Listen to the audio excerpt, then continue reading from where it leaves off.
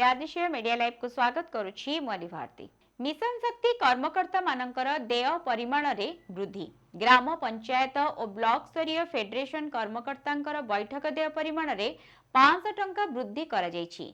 राज्य रे मिशन शक्ति एक विशाल आंदोलन रे परिणत हुई महिला मानकर आर्थिक और सामाजिक सशक्तिकरण रे एक गुरुत्वपूर्ण भूमिका ग्रहण करिछि।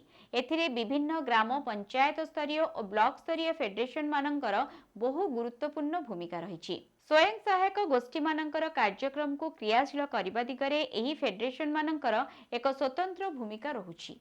5T तथा नवीन ओडिशार अध्यक्ष भिके पांडियानकर जिला गस्त समय रे विभिन्न अंचल रे मिशन शक्ति फेडरेशन रो कर्मकर्ता माने सेमानंकर देय परिमाण वृद्धि करिबा पई प्रस्ताव रखिथिले।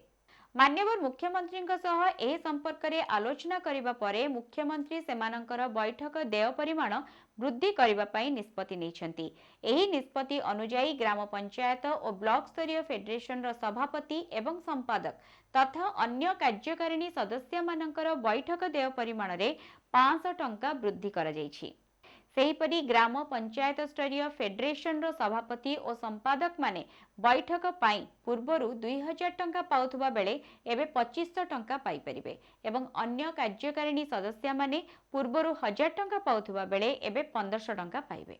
Bureau report Niradishaya media live. एभली खबर पाइबा पई आम चैनल को लाइक शेयर एवं सब्सक्राइब करंतु। नमस्कार।